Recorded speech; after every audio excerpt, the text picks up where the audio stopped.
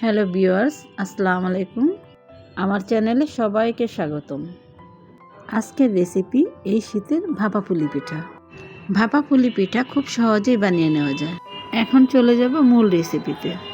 এখন পিঠার জন্য নারকেলের পুরটা বানিয়ে নেব।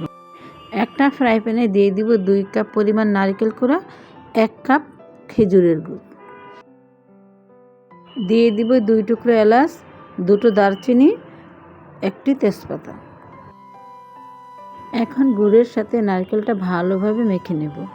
হাতে মাখানো হয়ে গেলে চুলার জালটা ধরিয়ে দেব। এখন নেড়ে চেড়ে গুড়ের সাথে নারকেলটা মিশিয়ে দিতে হবে। অনবর নাড়তে থাকতে হবে যাতে নিচে লেগে না যায়। এখন নারকেল আর গুড়ের পুরটা ভালোভাবে মিশে গেছে। এই পর্যায়ে দিয়ে দেব 2 টেবিল চামচ গুঁড়া দুধ। গুঁড়া দুধটা দিলে পিঠার স্বাদটা অনেক ভালো হয়। কেউ যদি দিতে না চান সমস্যা নেই, শুধু নারকেল দিয়েও পিঠাটা মজা হয়। নারকেলের পুরটা পিঠা বানানোর জন্য পারফেক্টভাবে রেডি। এখন আমি চুলাটা বন্ধ করে দেব। চুলায় একটা ফ্রাই প্যান দিয়েছি। এখন দিয়ে দিব 2 কাপ পরিমাণ পানি, দিয়ে দিব 1/2 চামচ লবণ। পানিতে বলক চলে এসেছে। দিয়ে দিব 2 কাপ চালের গুঁড়া। আমি এখানে শুকনো চালের গুঁড়াটা দিয়েছি। যে কোনো চালের গুঁড়া দিয়ে পিঠাটা বানানো যায়।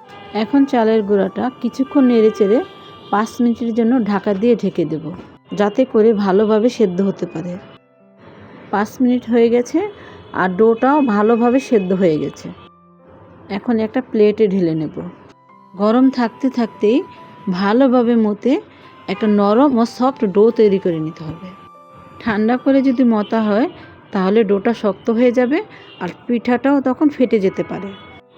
এর জন্য ডোটা গরম গরম থাকতেই মথে নিতে হবে। এই ডোটা কিন্তু অনেক নরম এবং সফট হয়েছে। আপনারা যদি এভাবে ডোটা তৈরি করে নেন তাহলে সবগুলো পিঠাই ভালো হবে, কোনো পিঠা ফাটবে না। এখন ডোটা পিঠা বানানোর জন্য একদম রেডি। আমি এই পিঠাটা বেলুন পিঁড়ি দিয়ে বেলে বানাবো না, হাতে বানাবো। পরিমাণ মতো ডো নিয়ে হাত দিয়ে চেপে চেপে রুটির মতো বানিয়ে নেব। ছোট একটা রুটির মতো বানানো হয়ে গেছে। এখন দিয়ে দিব নারকেলের পুর। নারকেলের পুরটা দিয়ে ভালোভাবে 2 পাশ চেপে চেপে মুখটা বন্ধ করে দিতে হবে, যাতে করে নারকেলের পুরটা বেরিয়ে না আসে। কেউ যদি ডিজাইন করতে না চান তাহলে এভাবে রাখা যাবে। আমি একটা ডিজাইন করে দেখাচ্ছি। এক পাশ থেকে চেপে চেপে ভাঁজ দিয়ে নিতে হবে। এইভাবেই বেনুনির মতো ডিজাইন করে নিতে হবে। আমি এভাবে আরেকটি পিঠা বানিয়ে দেখাবো। মানে একইভাবে সবগুলো পিঠা বানানো হয়ে গেছে। পিঠাগুলো আমি রাইস কুকারে ভাপ দিয়ে নেব।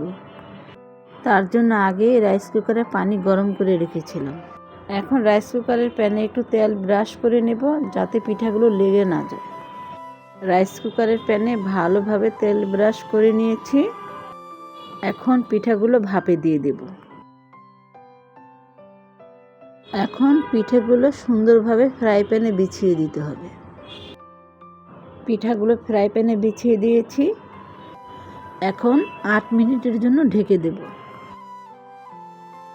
পিঠাগুলো সেদ্ধ করতে 8 মিনিটের মতো সময় লেগেছে। এখন পিঠাগুলো তুলে নেব। এখন একইভাবে বাকি পিঠাগুলো আমি ভাপে সেদ্ধ করে নেব। আমি একইভাবে সবগুলো পিঠা ভাপে সেদ্ধ করে নিয়েছি। রেসিপিটা ভালো লাগলে আপনারা বানিয়ে নিতে পারেন এই শীতের মজাদার ভাপা পুলি পিঠা। ভিডিওটা ভালো লাগলে কমেন্ট করে জানাবেন, লাইক দিবেন, শেয়ার করবেন। যারা সাবস্ক্রাইব করেন নাই সাবস্ক্রাইব করে পাশে থাকবেন। Thank you. আল্লাহ হাফেজ।